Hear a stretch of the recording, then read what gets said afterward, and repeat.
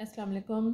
Class 4th year, जैसा कि आप जानते हैं हम दोबारा से एक दफ़ा फिर ऑनलाइन क्लासेस का सिलसिला शुरू कर चुके हैं, दोबारा से कॉलेजेस बंद होने की वजह से। ठीक है, तो मैं आपको दे रही हूँ अप्लाइड केमिस्ट्री का लेक्चर। हम पढ़ रहे थे कॉलेज में मेटलर्जिकल ऑपरेशंस। एल्यूमिनियम की मेटलर्जी हमने पढ़ ली थी, अब हमने पढ़नी थी मेटलर्जी ऑफ कॉपर। ठीक है, इसमें हमने ये पढ़ लिया था कि मेटलर्जी ऑफ कॉपर जो है उसको हम दो तरीकों से अटेम्प्ट कर सकते हैं। एक है स्मेल्टिंग, दूसरी है हाइड्रोमेटलर्जी। ठीक है, स्मेल्टिंग जब हमने जनरल प्रोसेसेस पढ़े थे उसमें हमने पढ़ा था कि स्मेल्टिंग क्या होती है, यानी जिसमें जलाने का अमल यानी फायर जो है वो इंक्लूडिंग होगा। और हाइड्रोमेटलर्जी, हाइड्रो जैसे वाटर, इंक्लूडिंग वाटर। ठीक है, आज जो है हमारा टॉपिक है स्मेल्टिंग, यानी आज हमने पढ़ना है स्मेल्टिंग का तरीका। उसके अंदर डिफरेंट जो है स्टेप्स हैं। सबसे पहला जो स्टेप है वो है कंसंट्रेशन ऑफ ओर। ठीक, अब कंसंट्रेशन ऑफ ओर जो है ये क्या है? कंसंट्रेशन ऑफ ओर में हमने जो डिफरेंट प्रोसेसेस होते हैं, हम कॉपर के लिए जो सिलेक्ट करते हैं प्रोसेस वो है फ्रॉथ फ्लोटेशन प्रोसेस। फ्रॉथ जैसा आपको पता है कि झाग को कहते हैं, तो यहाँ हमने अपना वैल्यूएबल पार्ट जो है वो फ्रॉथ के अंदर लेके जाना है। ठीक है, हमने इसको भी जनरली पढ़ा था। तो यहाँ अब हमने क्या करना है, ये है जनाब ऑयल के लिए आउटलेट, यानी यहाँ से आपने ऑयल एंटर करना है, इसके अंदर आपने पानी डाला हुआ है, और यहाँ से एक और आउटलेट होता है जहाँ से आपने ओर जो है वो इसके अंदर डालनी है। अच्छा जी, अब इसके बाद ये वाली जो साइड है, इधर से आप एयर ब्लास्ट यानी हवा जो है वो पास करेंगे, और इसको जो है वो आप स्टीर करेंगे। हवा के आने की वजह से जो है इसके अंदर झाग सी बनने लग जाएगी। अब इसके अंदर झाग ऊपर चली जाएगी और पानी जो है वो नीचे रह जाएगा। आपको पता ऑयल और पानी मिक्स नहीं होते हैं, तो इस केस के अंदर जो हम ऑयल यूज़ करेंगे स्पेसिफिकली वो होता है पाइनाइल। ठीक, अगर जनरली आप लिख रहे हैं तो आप वैसे ही लिख देते हैं कि कोई भी ऑयल जो है वो हम इस्तेमाल कर रहे हैं, तो यहाँ पे जो है वो हम ऑयल इस्तेमाल करें पाइनाइल। अच्छा, ऑयल जब भी एयर के साथ मिलता है तो वो ऐसी झाग सी बना देता है। अब हमारा वैल्यूएबल पार्ट जो है वो चला गया है फ्रॉथ के अंदर, और जो आपका गेंग्यू था यानी अनडिज़ायरेबल जो भी चीज़ें थी वो आपकी पानी के अंदर रहेंगी, उनको हम यहाँ से इधर से ये रिमूव कर लेते हैं। ठीक है, आपकी बुक के अंदर डायग्राम नहीं बनी हुई, तफसील दी हुई है, लेकिन आपने डायग्राम भी साथ ये वाली बनानी है। ठीक, उसके बाद है जी नेक्स्ट स्टेप रोस्टिंग, यानी कंसंट्रेशन ऑफ ओर के बाद हमने अगला जो प्रोसेस करना है वो है रोस्टिंग ऑफ ओर। यहाँ पे हमने क्या करना है कि वो जो कंसंट्रेट की थी हमने ओर फ्रॉथ फ्लोटेशन प्रोसेस के थ्रू, उसको अब हीट करना है। एक फर्नेस है, रेवर्बेटरी फर्नेस, उसके अंदर। ठीक है, in the presence of hot air, उसके अंदर कुछ केमिकल रिएक्शंस होते हैं। आपकी जो मेन ओर है वो भी अपने पार्ट्स में कन्वर्ट हो जाती है, और इसके अलावा कुछ इम्प्योरिटीज़ होती हैं वो भी अलग हो जाती हैं। ठीक है, अब ये थी हमारी main ore. 2CuFeS2 plus O2 gives Cu2S plus F, यानी दोनों अपने अपने सल्फाइड्स में कन्वर्ट हो गए हैं, और थर्ड चीज़ जो हमारे पास बन गई है वो है सल्फर डाइऑक्साइड। उसके बाद जी हमारे पास ये हैं इम्प्योरिटीज़, सल्फर, आर्सेनिक, एंटीमनी और फॉस्फोरस। ठीक है, ये है आपकी बुक के अंदर ना दिया हुआ है। अच्छा, पहली बात तो ये कि आपकी बुक के अंदर ना ये जो 2 दिया हुआ है ये नहीं लिखा हुआ, तो आपने उसको बैलेंस करने के लिए अपनी बुक के अंदर ये लिख लेना है। ठीक, ये ठीक दिए हुए, आपने इनके साथ सिर्फ ये इस तरह का एक एरो बना लेना है। इसका मतलब ये होता है कि वोलेटाइल है, हमें इनको निकालने के लिए कोई एक्स्ट्रा नहीं चीज़ डालनी पड़ती कि हम कुछ और डालें और फिर वो निकलेंगे, बल्कि वोलेटाइल ऑक्साइड्स होते हैं खुद ही निकल जाते हैं। ठीक है, अच्छा, सल्फर, आर्सेनिक और एंटीमनी का रिएक्शन आपकी बुक में दिया हुआ है। फास्फोरस का भी आपने उसके अंदर ऐड करना है ना, P4 प्लस 5O2 है, ये S नहीं है।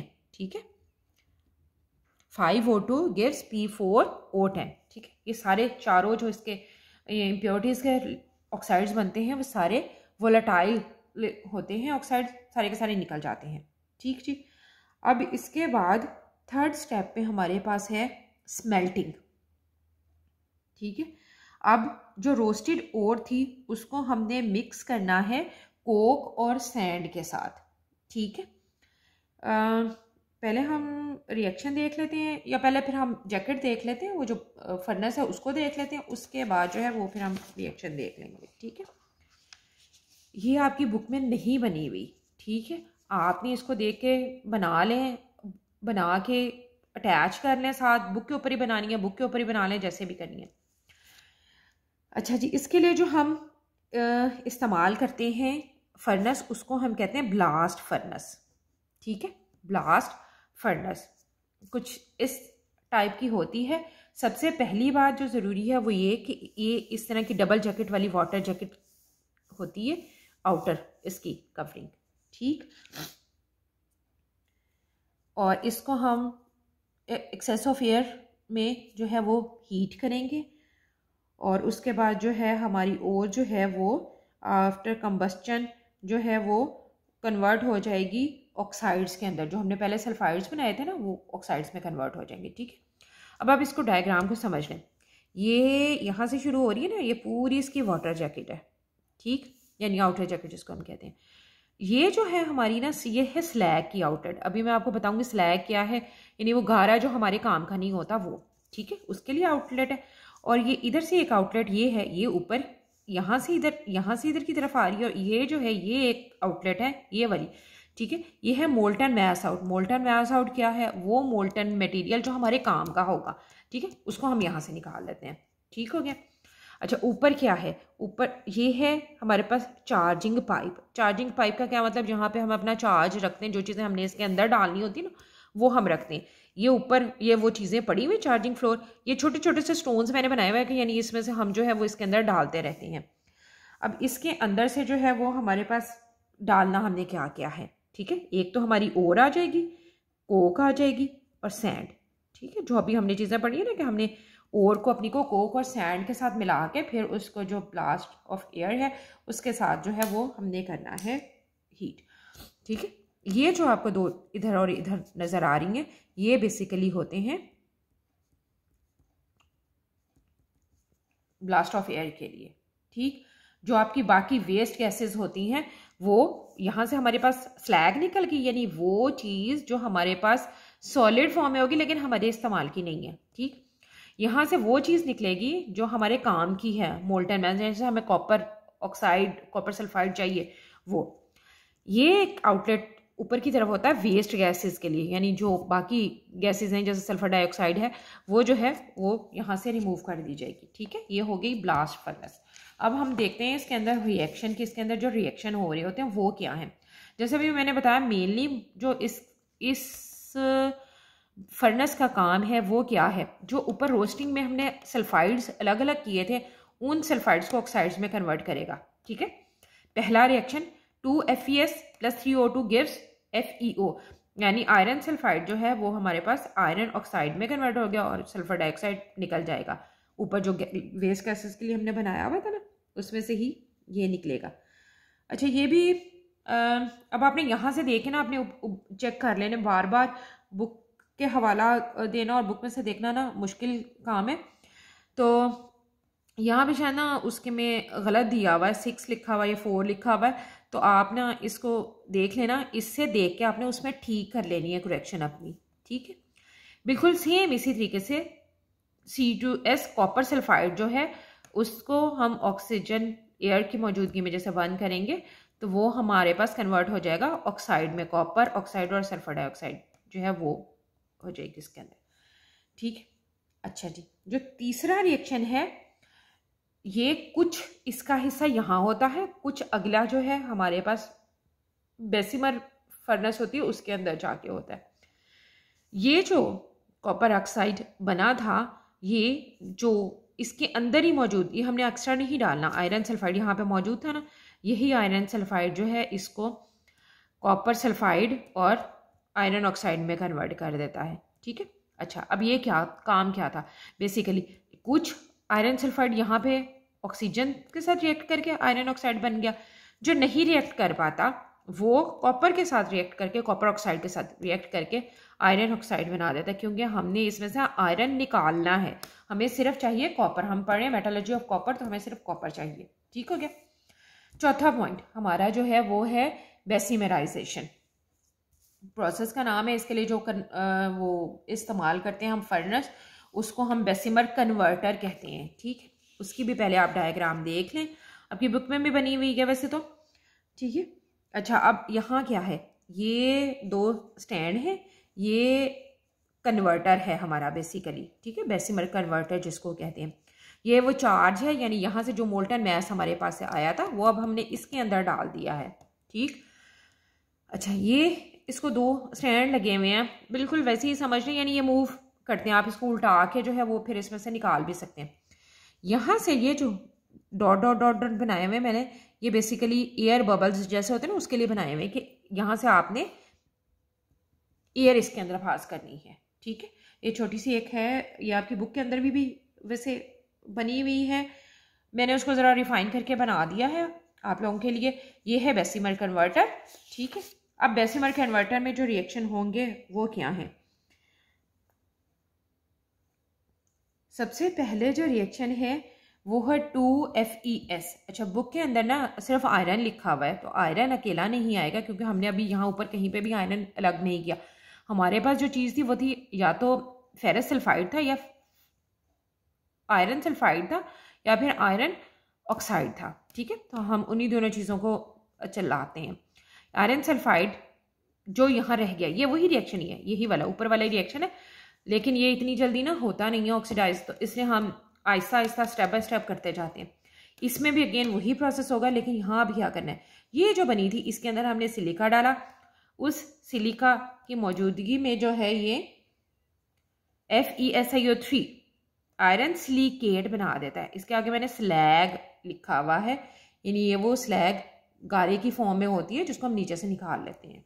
ठीक है, अच्छा जी, दूसरा इसके अंदर रिएक्शन, एक रिएक्शन इसके हवाले से हो गया, निकल गया। दूसरा रिएक्शन जो है वो क्या है कि आपने जो है वो 2Cu2S, बुक में 2 नहीं नीचे लिखा हुआ, आपने लिख लेना है, ध्यान से याद कर लेना, plus 3O2 gives 2Cu2O plus 2SO2। Again वही रिएक्शन है जो आपने स्मेल्टिंग के अंदर भी पढ़ लिया है। तीसरा रिएक्शन अब क्या है, ये कॉपर ऑक्साइड और जो इसके अंदर अनरिएक्टेड कॉपर सल्फाइड रह गया होता है वो आपस में रिएक्ट करते हैं, सल्फर डाइऑक्साइड बनेगा और हमारे पास कॉपर अलग हो गया है। ठीक है, अब यहाँ से जो कॉपर अलग हुआ है उसको हम कहते हैं ब्लिस्टर कॉपर। ठीक, और ये होता है 98% प्योर। ये वाला कॉपर हमारे पास जो है ये 98% प्योर है, और इस कॉपर को कहते हैं हम ब्लिस्टर कॉपर। अब इस ब्लिस्टर कॉपर के आगे हमने करनी है लास्ट वन स्टेप, जो इसका स्टेप है रिफाइनिंग। स्मेल्टिंग वाला जो हम प्रोसेस पढ़ रहे थे उसमें लास्ट वन है रिफाइनिंग। अब रिफाइनिंग किस लिए है, जो हमने यहाँ से 98% आया था इसको हमने कन्वर्ट करना है 99.99% प्योर कॉपर में। ये जो 98% है इसको हम कहते हैं ब्लिस्टर कॉपर। ये मैं इसलिए दोबारा बता रही हूँ, ये ना उसमें शॉर्ट क्वेश्चन में आ जाता है, तो ध्यान रखना है आपने। ठीक है, ओके। रिफाइनिंग के लिए पहले भी जैसे हमने एल्यूमिनियम में भी पढ़ा था कि आम तौर पे हम जो है वो इलेक्ट्रोलिसिस का प्रोसेस ही इस्तेमाल करते हैं। तो यहाँ पे मैंने एक छोटा सा इलेक्ट्रोलाइटिक टैंक सा बनाया हुआ है। ठीक है, ये उसकी समझ लें वॉल है। ये जो पर्पल से बनाए हुए हैं ये एनोड है, मैंने पर्पल से ही ऊपर एनोड लिखा है, और जो आपको है तो ये पिंक, आपको शायद ऑरेंज नज़र आ रहा है, तो ये वाला जो है वो कैथोड है। ठीक है, अब ये बने हुए किस चीज़ के, एनोड किस चीज़ का बना हुआ है, इम्प्योर कॉपर का। ठीक है, अब मैं यहाँ पे आपके सामने ही इसके साथ लिख रही हूँ, ये किस चीज़ का बना हुआ है, इम्प्योर कॉपर का। ओके, और ये थोड़ा ज़ाहिर बात है हम मोटा लेंगे, और ये जो है कैथोड हमारा वो होता है प्योर कॉपर का, और इसकी हमेशा हम यूज़ करते हैं थिन शीट्स। ठीक है, ऑल्टरनेट आ जाएंगे, यानी एक कैथोड एक एनोड, कैथोड और एनोड। और कैथोड और एनोड जो हैं वो बने हुए किस चीज़ के हैं, हमारे पास जो एनोड है वो बना हुआ है इम्प्योर कॉपर का, और जो कैथोड है वो हमारे पास बना हुआ है प्योर कॉपर की कास्टिंग का। ठीक। हाँ, उसके बाद थर्ड चीज़ जो हम इसके अंदर इस्तेमाल करेंगे, ये जो ब्लू से लाइनें लगाई हुई हैं ये क्या है?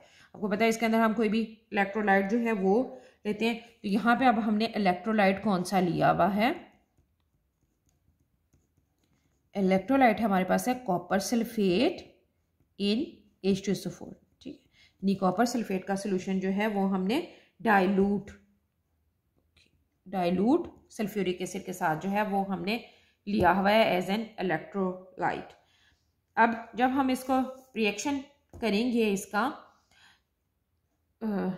इसको बैटरी से जोड़ेंगे आप अपने इलेक्ट्रोलिटिक जो टैंक है इसको, तो हमारे पास जो रिएक्शन होगा वो क्या है कि जो हमारे पास कैथोड है उसके ऊपर प्योर जो है वो जमा होना शुरू हो जाएगा, कॉपर आयंस जो हैं वो मूव करेंगे इम्प्योर से इलेक्ट्रोलाइट और इलेक्ट्रोलाइट से उसके अंदर प्योर कॉपर के अंदर। ठीक है, तो हमारे पास जो रिएक्शन होगा वो होगा Cu, कॉपर जो है वो Cu + 2 + 2 इलेक्ट्रॉन्स और Cu + 2 + 2 electron gives Cu।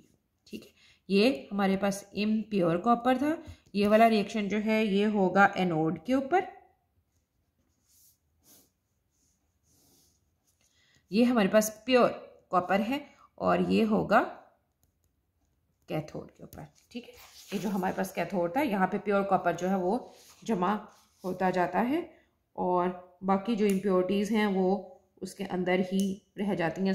Electrolyte जो सल्फेट है आपका उसके अंदर ही रह जाती हैं।